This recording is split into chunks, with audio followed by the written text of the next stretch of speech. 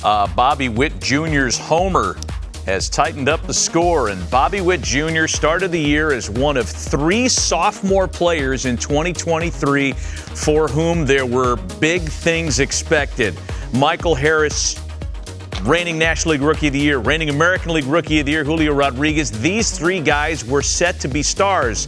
Their sophomore seasons, however, did not start out well, with OPSs hovering around the 700 mark. Harris took off in June, and it's been a slow, steady climb for Witt and J-Rod, getting to where we are currently with all 3 meeting expectations and then some. And let's take these guys individually. And since we were talking about Bobby Witt Jr., Dan, let's start with him.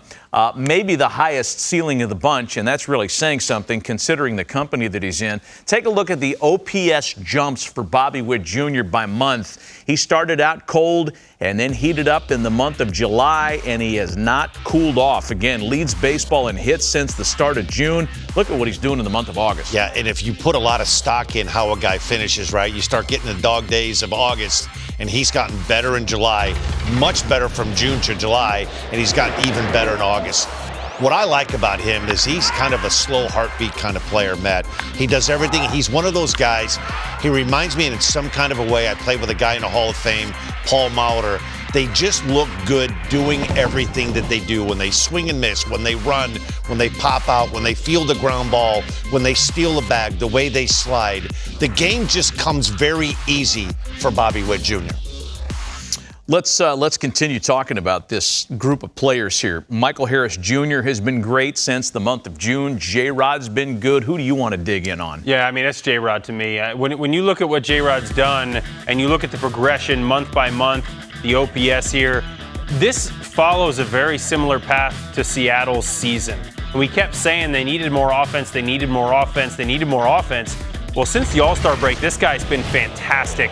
He has been carrying this team. He has been doing everything that we expected him to do from day one of the season. And it's a credit to him to take that kind of humble pie that was eating at him and beating him up early in the year, but to still keep coming back, working hard, and to get to this point of the season and to really be putting it together, have that team on his back and have them where they are right now, where they're now back in the postseason. If the season ended today, that is really something special. It shows me a lot about who this young man is and a lot about who this young man is going to be for a really long time in a Seattle uniform, because he signed a massive contract with them. He's going to be there for a very long time. The biggest reason that they took care of Houston the way they did, he went nuts with that 5-hit game, followed it up with another record-setting effort, and that leaves us on Michael Harris Jr. And there was discussion in Atlanta of his possibly being reassigned and going down. He started out so badly. He did. And you go back, I had a chance to talk with Schnicker, their manager. And do you know in high school,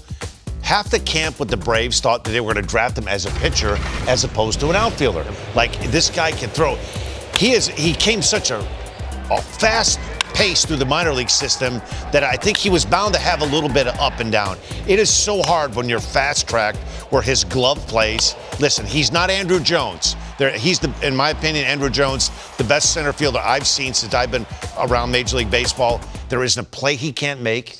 He's making contact again. He hit for power. He could steal bases. He's an impact guy.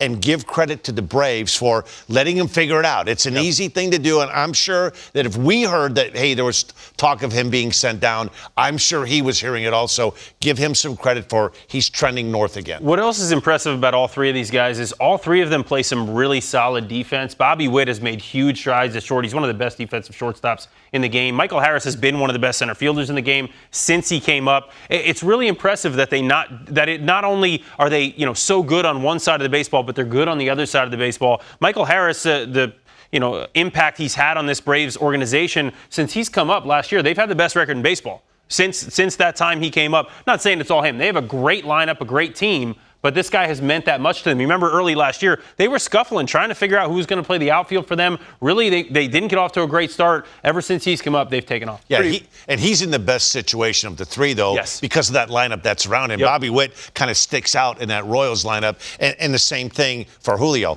The Mariners were just an average team at best. All of a sudden, he starts playing like Julio, and bam, they've taken off.